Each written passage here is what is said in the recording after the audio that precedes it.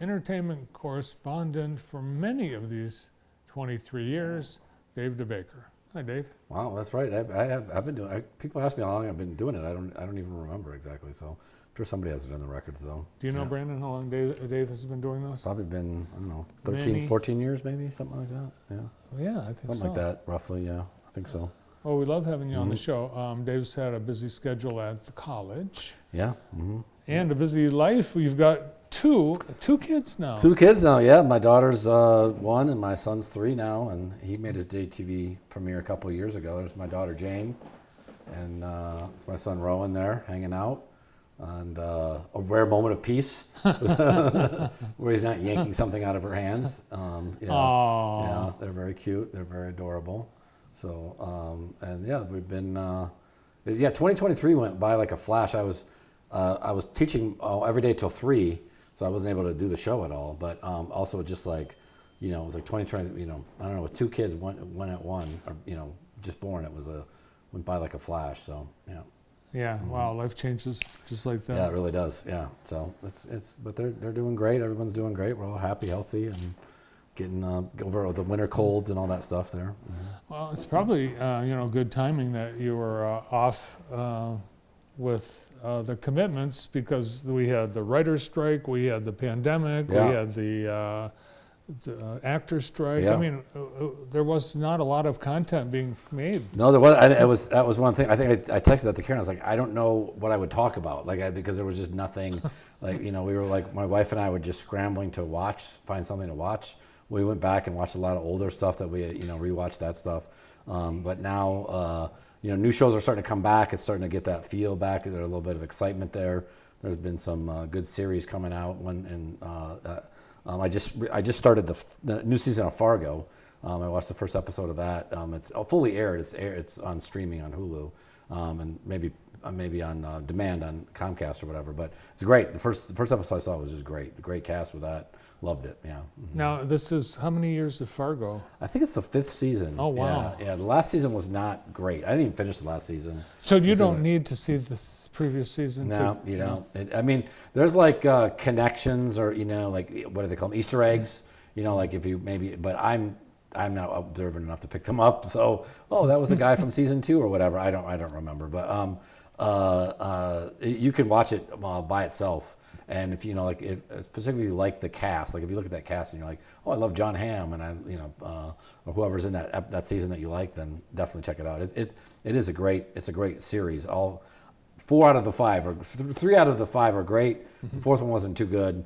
The 5th one, we'll see how it goes. Right now, the first episode I saw got me hooked in immediately to it, so it was really good. I'll have to check it out. We have what I would call binge fatigue, where we've watched a series and then we finally say, you know what, we're not going to finish it. Yeah. My wife and I will be like going through and we'll be like, we never finished that out. And I always say, there's probably a reason why we didn't finish it out. There's probably a good reason why we didn't do that. And we watched True Detective. We watched the first season of True Detective, and it was amazing. It was amazing. And the new season is amazing. It's a 6-episode arc. It's called True Detective Night Country, set in Alaska.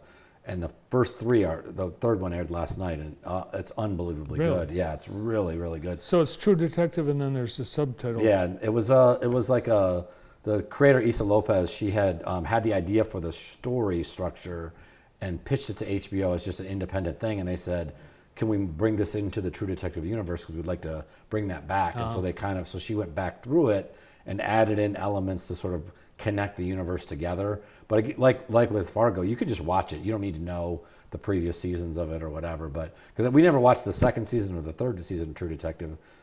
We started watching the 2nd season, but stopped. But that's what we did. Yeah, it wasn't good. It just wasn't good. But this new season is a new director, new creator. It's very female-centered, female-centric. 2 female detectives. It's really, really good. It's literally dark. It's set in Alaska when it's 30 days of night. The sun doesn't rise for 30 days. And it's just a powerful show. It's really good. Yeah. Well, after last night's football game, I know people are in mourning not just for the loss by the Lions, but the loss of the NFL. It's essentially, for so many, the top 50 sporting events on television by audience in 2023 the NFL. Really? All Wow. top 50. Wow, that's amazing. Yeah, it is. It has become the dominant force in our culture. I mean, when the game ended last night, I was devastated last night. And then we were going to bed. I was like, oh, what am I going to do next week? Like I don't know what I'm going to do. It's like it's been so nice to be able to think about and be excited about the Lions in January. I don't know how I'm going to handle the next 2 weeks, but yeah, and I think also with that increased with the strikes. I mean, that we just talked about, like sports kind of filled in that gap for a lot of people with the strikes, and because there just wasn't anything else to watch on TV. I know it did for us. So yeah. Yeah, a couple of weeks ago there were the Emmy Awards, and no one knew it.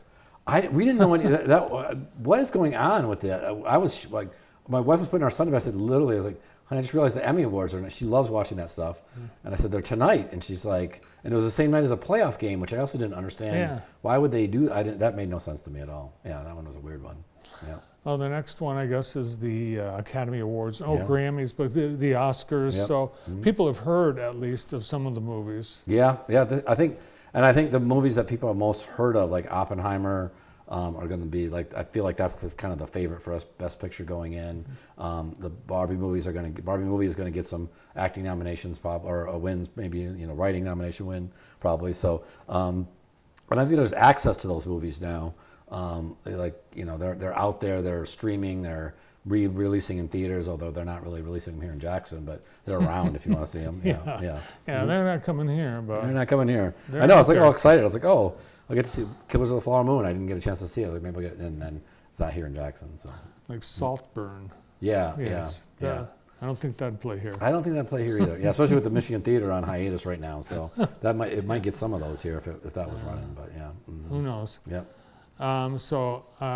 There's all this crying for the director of Barbie. She didn't get a director nomination. Oh.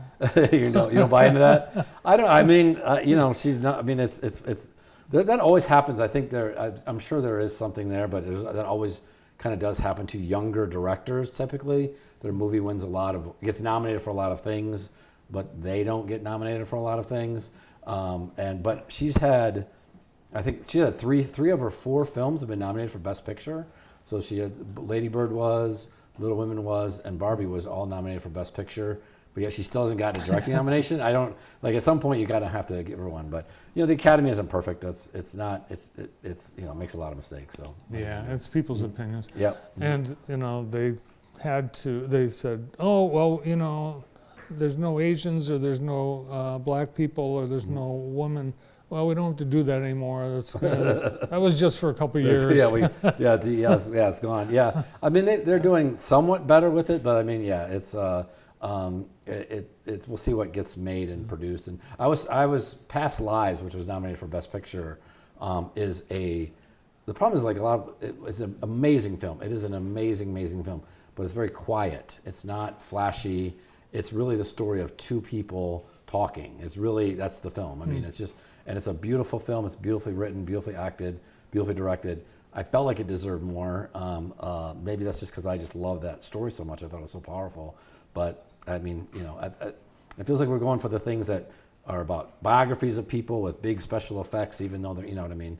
That's kind of what the Academy kind of likes, All right, we'll seek that out. There's Dave's recommendation. Past Lives, amazing film. Thanks for being part of our show all these years. Happy to. Congratulations again. Yeah, welcome back.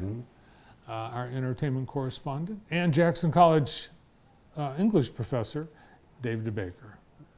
We are